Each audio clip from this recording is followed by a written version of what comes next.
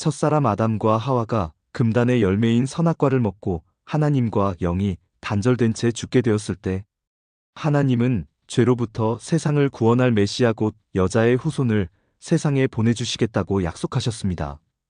이것이 창세기 3장 15절이며 그 후에 수많은 선지자들이 메시아가 올 것을 예언하고 성경에 기록해 놓았습니다. 이스라엘 백성들은 이 하나님의 말씀을 한순간도 잊지 않고 그분이 오는 것을 간절히 고대하면서 4000여 년을 기다렸습니다. 성경 말씀을 몇 구절 보겠습니다. 보라 때가 이르리니 내가 다윗에게 한 의로운 가지를 일으킬 것이라. 그가 왕이 되어 지혜롭게 다스리며 세상에서 정의와 공의를 행할 것이며. 예레미야 23장 5절. 주께서 친히 징조를 주실 것이라. 보라 처녀가 잉태하여 아들을 낳을 것이요 그의 이름을 임마누엘이라 하리라. 이사야 7장 14절. 메시아 곧 그리스도라 하는 이가 오실 줄을 내가 아노니 그가 오시면 모든 것을 우리에게 고하시리이다. 요한복음 4장 25절.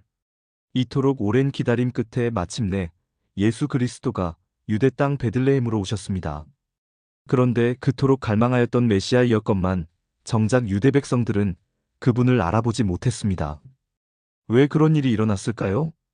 침례 요한이 요단강로 걸어오시는 예수를 향하여 보라 세상 죄를 지고 가는 하나님의 어린 양이로다 라고 외쳤지만 백성들이 그를 메시아로 받아들이기에 그 모습은 너무나도 초라했습니다.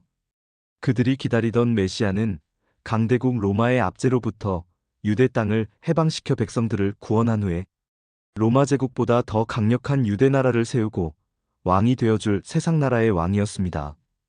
그런데 유대 땅 북쪽의 변방지역 갈릴리 마을에서 어느 날 나타난 예수라는 청년은 그들이 상상하던 왕의 모습과는 너무나 거리가 멀었습니다.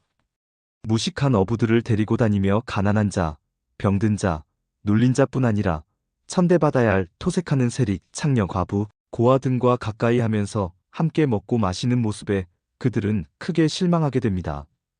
그는 주 앞에서 자라나기를 연한 순 같고 마른 땅에서 나온 뿌리 같아서 고운 모양도 없고 풍채도 없은즉 우리가 보기에 흠모할 만한 아름다운 것이 없도다.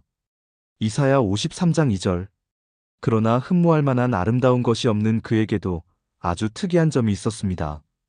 그의 말에는 뭔가 보이지 않는 힘과 권위가 느껴졌고 놀라운 비유와 예화를 통해 천국 복음을 전할 때 많은 백성들의 귀가 열리게 하는 힘이 있었습니다. 더구나 어느 누구도 흉내낼 수 없는 기적과 표적을 보여주었는데 심지어 죽은 자를 살리기까지 하자 유대의 제사장, 서기관, 바리새인 등 종교 지도자들은 큰 혼란에 빠졌습니다. 저 움직이는 화약고 폭탄을 그대로 둬야 하나? 제거해버려야 하나? 고민하였지만 곧바로 그들은 정신을 차립니다. 하나님의 거룩한 안식일에 병든 자를 고친다고 돌아다니고 자기가 하나님의 아들이라며 아버지가 일하시니 나도 일한다고 하고 아브라함이 나기 전부터 자기가 있었다고 하고 이 성전을 허물면 3일 만에 다시 세우겠다는 말들을 모아보니 그의 어록은 빼박으로 신성 모독죄에 딱 걸립니다. 증거들은 차고 넘칩니다. 게다가 종교 지도자들과 서기관, 바리새인들을 향해 이 회칠한 무덤아, 이 독사의 자식들아, 너희가 천국 문을 닫고서 너희도 들어가지 못하고 들어가려는 자도 못 들어가게 막고 있으니 임박한 진노를 어찌 피하겠느냐 하면서 우리를 저주하는 저자야말로 저주의 십자가에 달아올리는 것이 마땅하다고 여기게 됩니다. 붙잡혀온 예수를 조사한 로마의 빌라도 총독이 예수에게서 아무런 죄를 찾지 못하겠노라 하며 풀어주려 하자 대제사장들은 우리에게는 로마 황제 가이사 외에는 왕이 없습니다 라고 선언했고 성난 유대 군중들도 십자가에 달아올린 그 핏값을 우리와 우리 자손에게 돌릴지어다 라며 하나님이 보낸 메시아, 약속의 목자, 여자의 후손으로 온 인자와의 관계를 단절해버렸습니다. 그들의 이 외침은 불행히도 40여 년이 지난 서기 70년 로마 제국 군대에 의해 유대 나라는 완전히 멸망했고 예루살렘 성전은 돌 하나도 돌 위에 남지 않고 다 무너졌습니다. 이것은 예수님이 미리 말씀하신 예언의 성취이기도 합니다. 너희가 보는 이것들이 날이 이르면 돌 하나도 돌 위에 남지 않고 다 무너뜨려지리라. 누가복음 21장 7절. 그렇다면 이스라엘 민족을 선택하여 온 세상 열방 민족을 구원하려던 하나님의 최초의 계획은 실패한 것일까요? 무산되고야 만 것인가요? 구약시대 모세를 통한 출애굽에 성공했던 이스라엘이 예수님을 통한 출세의 기회는 놓치고 만 것일까요? 그렇지 않습니다. 하나님의 인류 구원의 큰 뜻과 계획은 한시도, 한때도 중단되거나 포기하신 적이 없습니다. 무너진 유대 땅의 통곡과 절망의 벽 위에서 하나님은 희망의 불씨를 피우셨습니다. 십자가라는 절벽은 끝이 아닌 구원을 향한 새로운 출세의 문이었고, 이 문을 통해 피어난 복음의 백합화는 진한 향기를 날리며 꽃씨를 언덕을 넘어 산과 바다를 건너 땅과 땅을 이어주며 활짝 피어났습니다. 이 복음의 꽃은 예수님이 하늘로 승천하신 후 약속대로 보내주신 성령님이 하신 일이고, 성령님은 하나님의 말씀과 예수의 증거를 가진 한 사람 한 사람을 통해 일하신 것입니다. 오직 성령이 너희에게 임하시면 너희가 권능을 받고 예루살렘과 온 유대와 사마리아와 땅끝까지 이르러 내 증인이 되리라. 사도행전 1장 8절. 이르되 갈릴리 사람들아, 어찌하여 서서 하늘을 쳐다보느냐?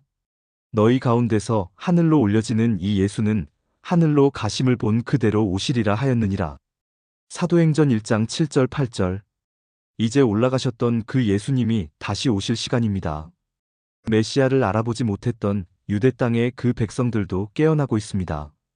눈과 귀가 열리면서 이스라엘이라는 이름 아래 모든 민족, 열방 백성들이 손들고 찬송하며 예수님을 맞이하고 있습니다. 이제 사탄은 더욱 바빠졌습니다. 승부수를 던졌습니다. 그는 유황불못에 던져질 자신의 운명의 때가 얼마 남지 않을 것을 알기에 예수님의 재림을 막기 위해 자기의 권세를 총동원하며 마지막 영적 전쟁의 불꽃을 태우고 있습니다. 예수님은 2000년 전에 이때를 위하여 말씀하셨습니다. 그때에 사람이 너희에게 말하되 보라 그리스도가 여기 있다. 혹은 저기 있다 하여도 믿지 말라. 거짓 그리스도들과 거짓 선지자들이 일어나 큰 표적과 기사를 보여야 할 수만 있으면 택하신 자들도 미혹하리라. 마태복음 24장 23, 24, 25절. 이 어렵고 힘든 시대, 미혹과 환란의 때를 우리는 어떤 모습으로, 어떻게 견디면서 그날을 기다려야 할까요?